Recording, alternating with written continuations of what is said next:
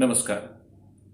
वास्तुशास्त्र की इस वीडियो में मैं आपको ये बताने वाला हूँ कि आपको यदि आर्थिक नुकसान हो रहा है, आपकी धन प्राप्ति में रुकावट आ रही है,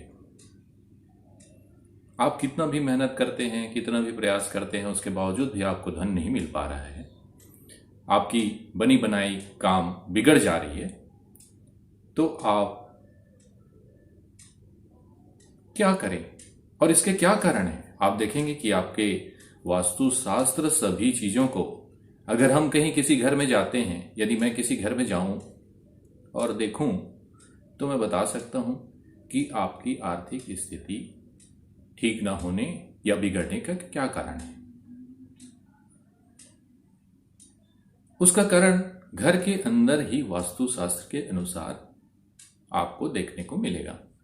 यदि आपके परेशानियां हो रही हैं, आर्थिक समस्याएं हो रही हैं, जमीन है का सौदा नहीं हो रहा है, नौकरी चली जा रही है, व्यवसाय है तो उसमें तरक्की नहीं हो रही है, उसमें आपको उतना धन नहीं प्राप्त हो पा रहा है, नुकसान होते जा रहा है, आप उसमें लागत अधिक लगा रहे हैं पर आपको उसके अनुसार मुनाफा नहीं हो रहा है, तो इसके लिए आप देखेंगे कि आपने अपने घर के ईशान कोण, मैं पहले भी एक वीडियो बनाया हूं, आप देख लीजिएगा, उसमें किसको ईशान कोण कहते हैं। फिर भी आपकी जानकारी के लिए बता दूं कि पूर्व और उत्तर के बीच का जो स्थान है उसे ईशान कोण कहते हैं। ईशान कोण में आपने या तो सीढ़ी बनवा लिया है या बहुत भारी सामानों का संग्रह कर लिया है, बहुत भारी सामानों को आपने रख दिया है, कोई बड़े बड़े ट्रंक हैं, आलमीरा है, ऐसे कोई बड़ी चीजें, भारी चीजें आप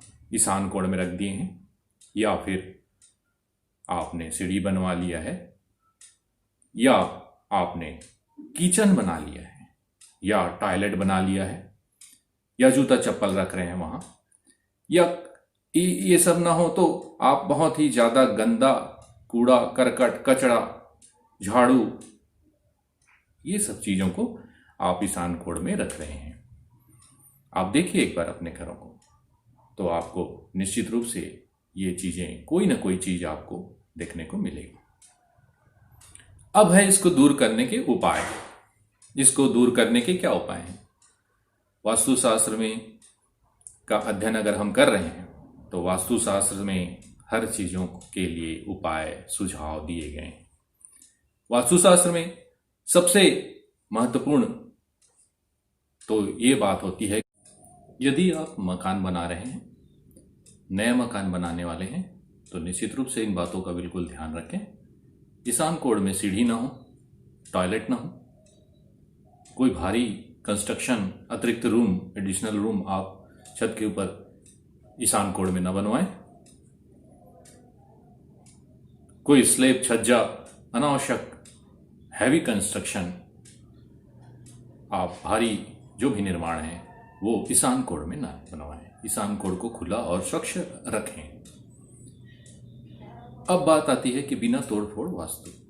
बिना तोड़फोड़ वास्तु यानी आपने ये सब चीजों को बना लिया है, तो जिससे आपकी आर्थिक स्थिति प्रभावित हो रही है, आपको आर्थिक लाभ नहीं मिल पा रहा है, धन के आगमन रुक रहे हैं, तो इसके लिए आप ईशान कोण को जल तत्व का माना गया है। यहां सर्वप्रथम सबसे पहले साफ सफाई करें, ईशान कोण से भारी चीजों को हटा दें। यदि आप सीढ़ी है और उसे हटाना आपके बस की बात है तो उसको निश्चित रूप से हटवा दीजिए। यदि आप उसे नहीं हटा सकते हैं तो जल का एक पात्र ईशान कोण पे जरूर रखें। जल से भरा हुआ एक पात्र ईशान कोण पर रखें। सारी गंदगी ईशान कोण से साफ कर दें। कोई भी कूड़ा करकट, जूता चप्पल, किसी भी प्रकार के खराब सामान का जमावड़ा ईशान कोण पे ना करें और ईशान कोण को स्वच्छ रखें।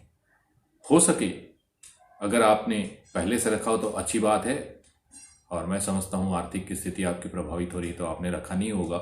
पूजा का कमरा या भगवान को जहाँ कोई भी एक प्रतिमा हो या आपका मंदिर हो, कोशिश करें कि वो ईशान कोण, पूर्व और उत्तर के बीच के स्थान में उन्हें जगह दे दें और वहाँ पूजा करना प्रारंभ कर दें।